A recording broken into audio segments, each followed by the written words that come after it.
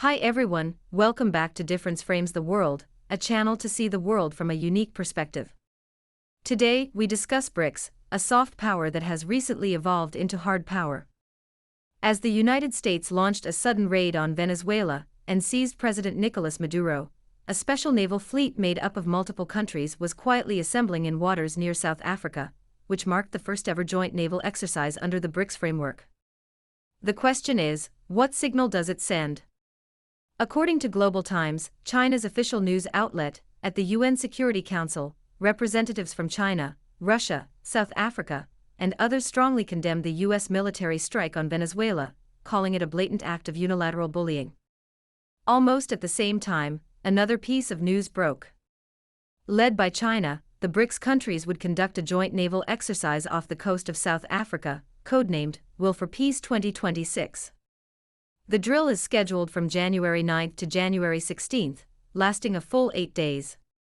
A core group of 4 countries, China, Russia, South Africa, and Iran, are actively participating in Will for Peace 2026. Additionally, the UAE, Indonesia, Ethiopia, and Brazil are involved in supportive or observer roles in various capacities. The exercise explicitly emphasizes that it is non-confrontational and not directed at any third party. This drill is unprecedented. Since its establishment in 2009, the BRICS mechanism has existed for 16 years, focusing mainly on economic cooperation, trade, investment, and development. Military and security cooperation was largely avoided, except for occasional bilateral drills. But this time, it is different. For the first time under the BRICS multilateral framework, a joint naval fleet is being assembled. The core training focuses on maritime escort missions and coordinated naval operations, hardcore military content, aiming directly at protecting regional shipping lanes and maritime interests. It suggests BRICS is getting serious. In effect, BRICS cooperation is moving from soft power to hard power. Why is it changing now? The answer is simple: as economic cooperation expands and collective strength grows, security must follow. You can't build a massive economic system without also holding up a security umbrella. This exercise serves as a reassurance signal, telling partners that BRICS countries are not only economic partners but can also stand back-to-back in protecting shared security interests. The location of the exercise is the Cape of Good Hope, one of the world's most critical maritime chokepoints, linking the Atlantic and Indian Oceans. Nearly 1/3 of the global oil trade passes through here. After the Red Sea crisis, many ships have been rerouted around the Cape, further underscoring its strategic importance.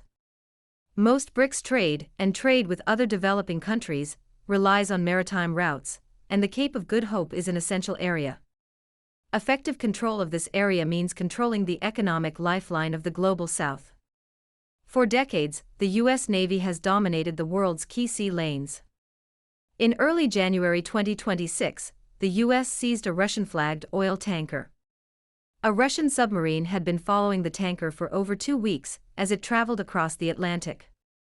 This action is part of the U.S. effort to stop Venezuelan oil exports, according to U.S. officials. It is also the first time in recent memory that the U.S. military has taken control of a Russian-flagged ship.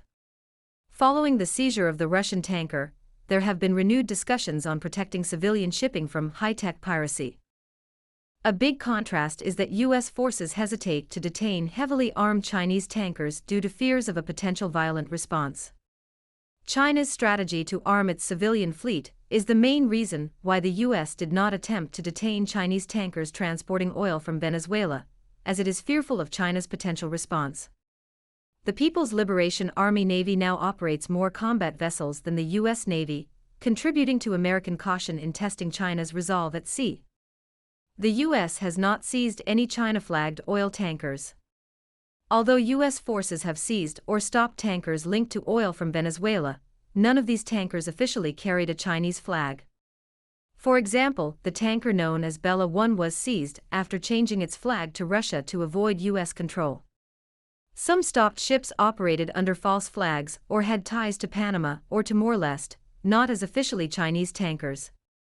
The U.S. has seized tankers carrying Venezuelan oil that were heading to China, or were connected to hidden trade networks. These ships were often flagged in Panama or registered under false names. One tanker, named Seizures, was en route to China with nearly 2 million barrels of Venezuelan oil.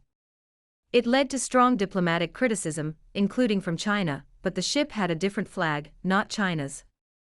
China has strongly criticized the U.S. seizures, calling them violations of international law. They argue that these actions disrupt legitimate trade, especially oil shipments from Venezuela to China. However, China has not pointed to any incidents where its officially registered tankers were boarded.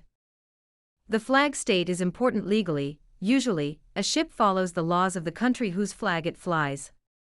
If the U.S. were to board or seize a Chinese-flagged vessel, it could significantly raise tensions. Many tankers involved in the Venezuela-China oil trade have complex ownership and quickly change flags to evade sanctions. In recent years, there have been rare reports of China-flagged vessels being attacked by pirates or pirate-like governments. China leads the multilateral drill near the Cape of Good Hope, in practice serving as a rehearsal of BRICS' crucial capability, protecting their own trade routes without being held hostage by a single hegemonic power. The fact that the exercise was announced immediately after the U.S. raid on Venezuela makes it feel like a quiet but powerful response. It has already applied to join the framework and received principal-level approval from existing members. Only procedural steps remain. Some analysts point out that holding a joint military exercise at this moment can be interpreted as a response to unilateral military actions, sending a message to the world: global security cannot be dictated by one country forever. Of course, breakthroughs never come without friction. The exercise sparked debate inside South Africa itself. Some voices worried that conducting drills with Russia and Iran, both under Western sanctions, could anger the US and Europe and harm South Africa's relations with the West. Those concerns are realistic. But in the end, the South African government chose to withstand the pressure and participate anyway. That decision alone sends a strong signal. It reflects the growing sense of strategic autonomy among countries in the global South. How does Washington feel about this, then? In one word, uncomfortable. In two words, very uncomfortable. In July 2025, Trump posted on Truth Social that any country aligning itself with the anti-American policies of BRICS will be charged an additional 10% tariff, saying there would be no exceptions. He made similar remarks around the time of the BRICS summit, linking tariff threats to what he framed as anti-American policies of the grouping. However, he did not provide detailed definitions of those policies. Trump's rhetoric has focused on concerns about de-dollarisation, alternative financial systems, and what he views as geopolitical alignment that could weaken U.S. economic dominance, particularly criticism of moves that might diminish the role of the U.S. dollar. In earlier remarks, he even threatened 100% tariffs on countries seen as pursuing such alternatives. Why does Donald Trump fear BRICS? Because BRICS economies now account for over 40% of global GDP, and many believe their growth potential already exceeds that of the G7. More importantly, BRICS is shaking the three pillars of U.S. global dominance: the U.S. dollar's international status, the U.S.-controlled SWIFT payment system, and the IMF, where the U.S. holds outsized influence. As more countries experiment with local currency trade and build alternative payment systems, dollar dominance is quietly being undermined. The harder Trump swings the tariff stick and pushes his America First strategy, the more he drives those countries to unite. Here is the classic paradox. The more you suppress other countries, the more united they become. The more you seek dominance over other nations, the stronger they push for cooperation. This naval exercise is another expression of that collective will of the BRICS nations. BRICS countries' security must be in their own hands.